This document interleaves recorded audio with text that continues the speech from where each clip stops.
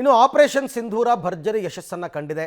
ಅಂತಾರಾಷ್ಟ್ರೀಯ ಮಾಧ್ಯಮಗಳಲ್ಲಿ ಭಾರತದ ಗೆಲುವಿನ ಬಗ್ಗೆ ಮಾತನಾಡ್ತಾ ಇದ್ದಾರೆ. ಹಾಗಾದರೆ ಈ ಆಪರೇಷನ್ ಸಿಂಧೂರ ಕಾರ್ಯಾಚರಣೆ ಹೇಗಿತ್ತು ಅಂತ ನೋಡೋಣ.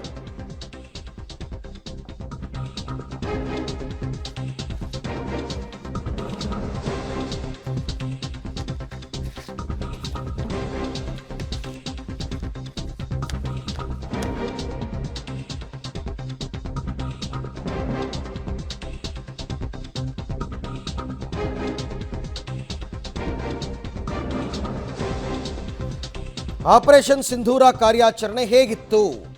ಕೇಂದ್ರ ಸರ್ಕಾರದವರೇ ಅಧಿಕೃತವಾಗಿ ಮಾಹಿತಿಯನ್ನು ಬಿಡುಗಡೆ ಮಾಡಿದ್ದಾರೆ. ಪಾಕ್ಗೆ ಚೀನಾ ಕೊಟ್ಟಿದ್ದ ಏರ್ ಡಿಫೆನ್ಸ್ ಸಿಸ್ಟಮ್ಗೆ ಭಾರತ ಚಳ್ಳೆ ಹಣ್ಣು ತಿನ್ನಿಸಿದೆ. ಪಾಕಿಸ್ತಾನಕ್ಕೆ ಕೊಟ್ಟಿದ್ಯಾರು? ಚೀನಾದವರು. ಚೀನಾ ಪ್ರಾಡಕ್ಟ್ ಅಂದರೆ ಗೊತ್ತಲ್ಲ ನಿಮಗೆ, no guarantee no warranty. China air defence system ಕಣ್ತಪ್ಪಿಸಿ Pak ಮೇಲೆ ಭಾರತ ದಾಳಿಯನ್ನು ಮಾಡಿದೆ.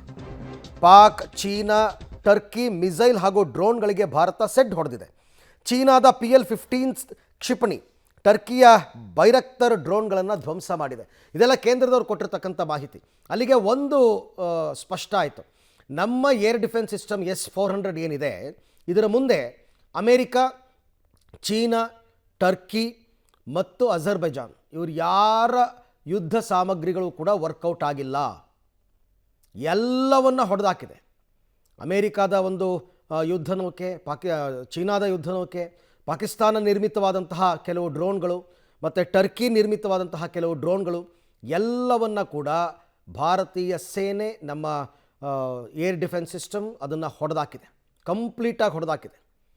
ಅಲ್ಲಿಗೆ ನಮ್ಮ ಬಳಿ ಇರತಕ್ಕಂಥ ಶಸ್ತ್ರಾಸ್ತ್ರಗಳೇ ಅತ್ಯಂತ ಶಕ್ತಿಶಾಲಿ, ಪ್ರಭಾವಿ ಅಂತಕ್ಕಂಥದ್ದು ಇಲ್ಲಿ ಸ್ಪಷ್ಟವಾಗ್ತಾ ಇದೆ.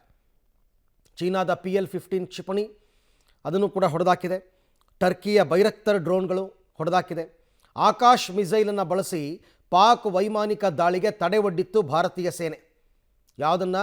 ಸ್ವದೇಶಿ ನಿರ್ಮಿತ ಆಕಾಶ್ ಮಿಸೈಲ್, ಇದನ್ನು ಬಳಸಿ ಪಾಕ್ನ ವೈಮಾನಿಕ ದಾಳಿಗೆ ತಡೆ ಒಡ್ಡಿದ್ದು. ಇದರಿಂದನೇ ಅವರು ಹೆಚ್ಚು ಕಡಿಮೆ ಭಯಗೊಂಡಿದ್ದು.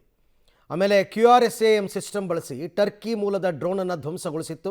ಅದು ನಮ್ಮಲ್ಲಿರ್ತಕ್ಕಂಥ ಅತ್ಯಾಧುನಿಕವಾದಂತಹ ಡಿಫೆನ್ಸ್ ಸಿಸ್ಟಮ್ QRSAM ಸಿಸ್ಟಮ್, ಅದನ್ನು ಬಳಸಿ ಟರ್ಕಿ ಮೂಲದ ಡ್ರೋನನ್ನು ಧ್ವಂಸಗೊಳಿಸಿದೆ ಭಾರತ.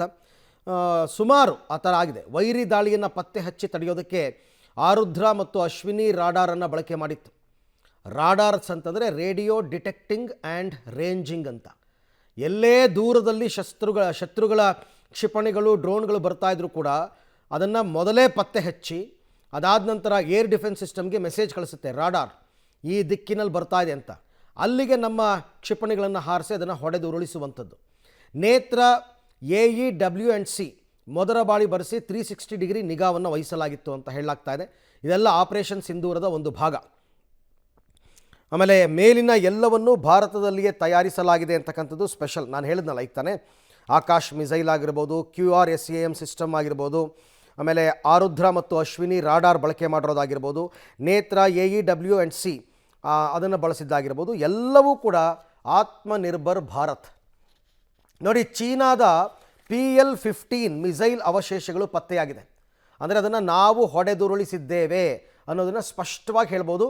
ಇದು ಚೀನಾ ನಿರ್ಮಿತ PL-15 ಮಿಸೈಲ್ಸ್ ಕ್ಷಿಪಣಿಗಳು. ಇನ್ನು ಟರ್ಕಿಯ UAVಗಳಾದ ಇಹಾ ಅದರದ ಅವಶೇಷಗಳು ಕೂಡ ಪತ್ತೆಯಾಗಿದೆ. ಅಲ್ಲಿಗೆ ಟರ್ಕಿಯವರು ಕೂಡ ವೆಪನ್ಸನ್ನು ಸಪ್ಲೈ ಮಾಡಿದ್ರು ಅಂತಕ್ಕಂಥದ್ದು ಸ್ಪಷ್ಟ ಆಗ್ತಾ ಇದೆ. ಟರ್ಕಿಯವರು ಬರೀ ವೆಪನ್ಸ್ ಅಷ್ಟೇ ಅಲ್ಲ, ಡ್ರೋನನ್ನು ನಿರ್ವಹಣೆ ಮಾಡ್ತಕ್ಕಂಥವ್ರನ್ನ ಯೋಧರನ್ನು ಕಳಿಸ್ಕೊಟ್ಟಿದ್ರಂತೆ. ಅದರಲ್ಲಿಬ್ಬರು ಮೃತಪಟ್ಟಿದ್ದಾರೆ ನಮ್ಮ ಅಟ್ಯಾಕ್ನಲ್ಲಿ. Long range rocket and Quad ಕ್ಯಾಪ್ಟರ್ಗಳು ಪತ್ತೆಯಾಗಿದೆ ಅಂತಕ್ಕಂಥದ್ದು ಗೊತ್ತಾಗಿದೆ. Long range rocket and Quad ಕ್ಯಾಪ್ಟರ್ಸ್ ಇವುಗಳನ್ನ ಬಳಸಿ ಮೇ 7 ಮತ್ತು 10ರಂದು ಗಡಿಯಲ್ಲಿ ಪಾಕಿಸ್ತಾನ ದಾಳಿಯನ್ನು ನಡೆಸಿತ್ತು. ಅದಕ್ಕೆ ಪ್ರತಿರೋಧವನ್ನು ತೋರಿದಾಗಲೇ ಇವೆಲ್ಲ ಧ್ವಂಸ ಆಗಿರ್ತಕ್ಕಂಥದ್ದು. ವಿದೇಶಿ ಅತ್ಯಾಧುನಿಕ ಶಸ್ತ್ರವನ್ನು ಬಳಸಿತ್ತು ಪಾಕಿಸ್ತಾನ. ವಿದೇಶಿ, ಅವರ ಹತ್ರ ಯಾವುದೂ ಸ್ವದೇಶಿ ಇಲ್ಲ. ವಿದೇಶಿ ಅತ್ಯಾಧುನಿಕ ಶಸ್ತ್ರವನ್ನು ಪಾಕಿಸ್ತಾನ ಬಳಸಿತ್ತು ಅಂತ ಗೊತ್ತಾಗಿದೆ. ಆದರೆ ನಮಗೂ ಅವ್ರಿಗೂ ವ್ಯತ್ಯಾಸ ಏನು ಅಂತಂದರೆ, ನಾವು ಸ್ವದೇಶಿ ತಂತ್ರಜ್ಞಾನದ ಮೂಲಕ ಭಾರತದ ಯಶಸ್ವಿ ಪ್ರತಿದಾಳಿ ಆಗಿತ್ತು. ನೀವು ಪಾಕಿಸ್ತಾನದವರು ಎಲ್ಲದಕ್ಕೂ ಫಾರಿನ್ ಎಕ್ವಿಪ್ಮೆಂಟ್ಸ್ಗಳ ಮೇಲೆ ಡಿಪೆಂಡ್ ಆಗಿದ್ದೀರಾ. ಬಟ್ ನಮ್ಮಲ್ಲಿ ಹಾಗಲ್ಲ. ನಾವೇ ತಯಾರಿಸಿ ಇಟ್ಕೊಂಡಿರ್ತಕ್ಕಂಥ ಯುದ್ಧಾಸ್ತ್ರಗಳು ನಮ್ಮ ಬಳಿ ಇದೆ. ಹಾಗಾಗಿ ಯಶಸ್ವಿಯಾಗಿ ಚೀನಾ ನಿರ್ಮಿತ, ಟರ್ಕಿ ನಿರ್ಮಿತ, ಆಯಿತಾ, ಇದೆಲ್ಲವನ್ನು ಪಾಕಿಸ್ತಾನ ನಿರ್ಮಿತ ಎಲ್ಲವನ್ನು ಹೊಡೆದುರುಳಿಸುವಲ್ಲಿ ಭಾರತೀಯ ಸೇನೆ ಮತ್ತು ಭಾರತದ ಶಸ್ತ್ರಾಸ್ತ್ರಗಳು ಸಫಲವಾಗಿದೆ. ಇದು ನಾವು ಹೇಳ್ತಾ ಇರ್ತಕ್ಕಂಥದ್ದಲ್ಲ, ಇದನ್ನು ಕೇಂದ್ರ ಸರ್ಕಾರದವರೇ ಅಧಿಕೃತವಾಗಿ ಮಾಹಿತಿಯನ್ನು ಬಿಡುಗಡೆ ಮಾಡಿದ್ದಾರೆ. ಅಧಿಕೃತವಾದ ಮಾಹಿತಿ ಇದು.